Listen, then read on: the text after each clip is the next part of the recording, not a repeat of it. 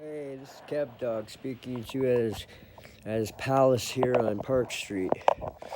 I was just kind of thinking about something. You know, we were coming up to a new election. I'm sorry it's so dark in here, but I have no light. I live only by natural light, so when it gets dark, I don't turn on actual UV lights in houses and shit. So when it goes dark, it goes dark. My night vision is beautiful though. I still retain very good night vision. And but anyway, I was just thinking I live by a 12-hour period. You know, when it's light out, I do my shit. When it gets dark, I sleep. So anyway, I kind of hibernate in the winter because it's more darker more times. But anyway, besides the point, let's get back to this election that's coming back up. That's soon going to be coming. Now I know we don't have very much of a choice here. Okay, we either go 4 more years with the red, or we put the blue in. Okay. We'll never, ever vote minority against the Bloc Québécois. That just never happened. Sorry. I'm sorry, Bloc. You're a great party. I respect you as a political party because you've been around a long time. But there will never be a prime minister from your party in our country. It just will never happen. Okay? Not as long as Ontario covers 85% of the revenue of this country. It'll never happen. Never. Just like you'll never see an NDP prime minister. It'll never happen. No matter if the guy's like Trump or not. It will never happen in this country. Because what our system has become is not a democracy. It's become a hierarchy. Where it's just the haves and the have-nots. This new future is the past, and no different past could have ever existed. That's George Orwell said that, okay? Now, all these wars there are just starting to break out right now, okay? Notice how they're all starting to break out around the holiday seasons, okay? Ukraine war started just, I think, a month and a half before last Christmas. Or the Christmas before. I forget how long this war has been going on. I think about 4 or 5 years now. Israel. War started in October. Why is that? Why is that? Well, I'll tell you why that is. It's so you will go out and with your fearful little wallet consume, no matter what or how much you're getting ripped off because you're afraid. I don't know what you're afraid of not consuming or that Joe Bob next door's got the 150 but you only got the 130, you know. But you know, this democratic system has been broken for the last I'd say since November 22nd, 1963. When we shot that man in Dallas and his brother 4 years later, true democracy in its full set form failed. And the corporate interests and the private sector finally subverted, and the military-industrial complex finally subverted the American government. They spend alone 13%, no, 13 billion, sorry, not percent, billion, $13 billion on defense. A defense against what? Who the fuck are we at war with? Nobody. Oh, we'll fund a war. We'll give us opinions about a war. We'll build the weapons for your war. But why? When other countries like Czechoslovakia Russia, China, France, Britain, Norway, Iceland, they're more apt to sell weapons to these countries. And the same with the United States. Okay? Look at not even almost 40 years ago. Contra. Buying cocaine out of Colombia, selling it on the streets, getting the black man all hooked on crack, and then taking that money, buying guns, and then selling them those guns to Iran to fund the Iran-Iraq war. So,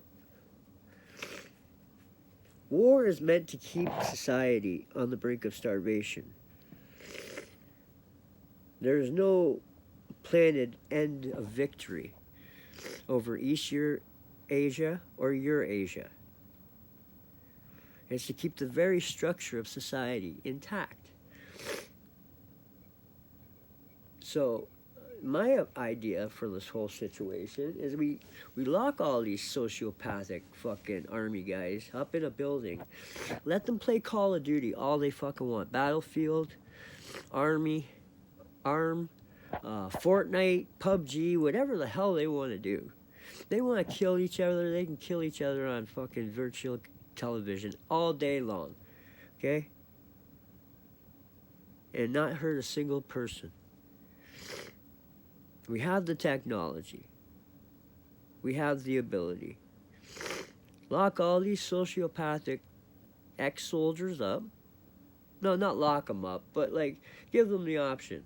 You know, want to go back to war? Okay, well, we'll put you in this building over here and you can play Call of Duty all fucking day. Or Battlefield 2, 3, 4, or 5. Or the new one that just came out all fucking day. And kill all you want. Why is it that we have to actually invade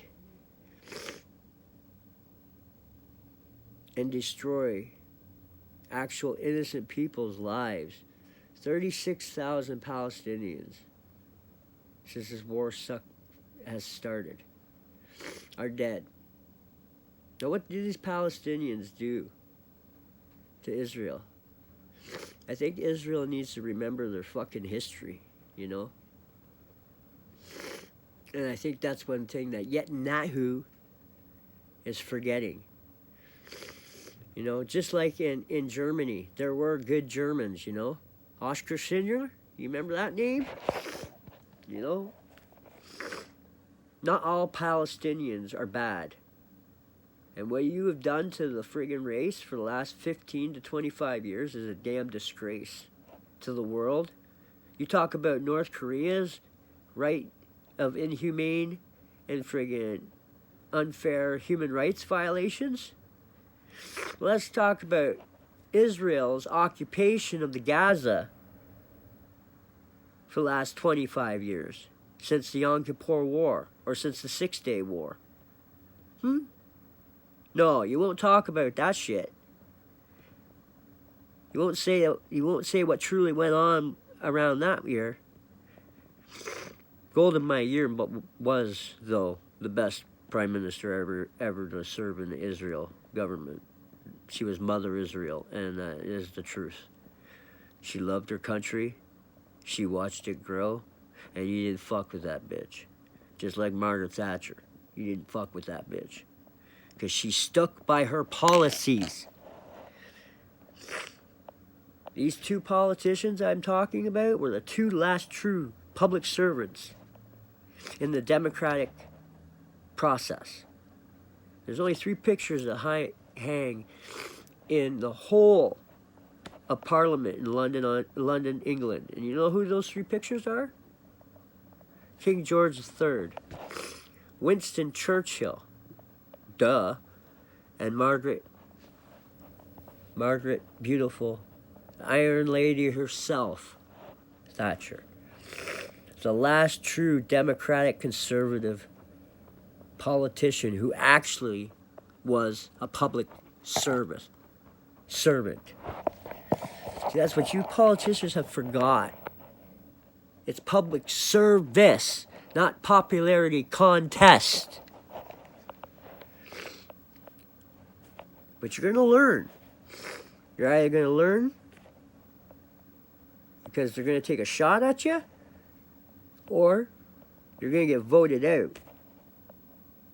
Or they're going to catch you in a sex scandal, or makes up that your third cousin twice removed from your second family is gay, and then throw you in office for that. They'll always find a way if you don't pay to play. And this is why our system is broken. This is not a democratic system anymore. Eisenhower warned us in 59 when he left office with his last farewell speech. There's over 355 billion people in the weapons and defense industries that we started after World War II. Where America started anyway. That branched out to other countries and subcontracts and everything like that. Defense against what? What are we defending against? All it takes is that one fucking idiot strap a friggin' barrel of fucking nuclear waste to his chest with 100 dynamite fucking sticks or a cube van, and boo, you got a dirty bomb. That's not what we're fighting against. We're fighting against the 1%'s bullshit of sending the poor to fight the war so they could drive their BMWs and their Aston Martins and live in their fucking 160 square thousand feet fucking homes. Not one member of Congress' son is backing and funding these fucking wars in Israel, Ukraine, Syria, have any of their children in the military. There's maybe one in the House of Commons. Not one. You start these friggin' wars, you send your kids first. How about that? You truly want to be behind these fucking wars over in Ukraine and Israel? Send your fucking kid first. Okay? And then maybe we'll think about setting you up for another second term in office. You can spend that much loyalty to doing that. But you won't. You wouldn't. And this is another thing. It's always amazed me that it's people that come from the hardest parts of town, the lowest incomes, the worst parts of school. They're always the first to stand up to defend that very fucking system. We put them in harm's way. It's truly the remarkable gift that they give us. They give up their lives for our fucking freedom.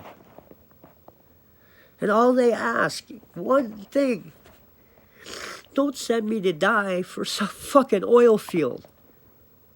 Don't send me to die for a fucking pound of raw heroin.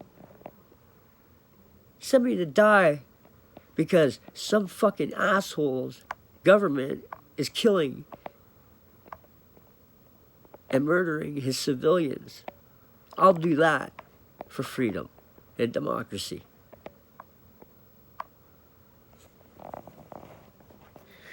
It's Kev Dog out, man. Have a good night, and I hope you enjoyed my little political rant there. Give me a like if you like it. Have a good night, Peterborough.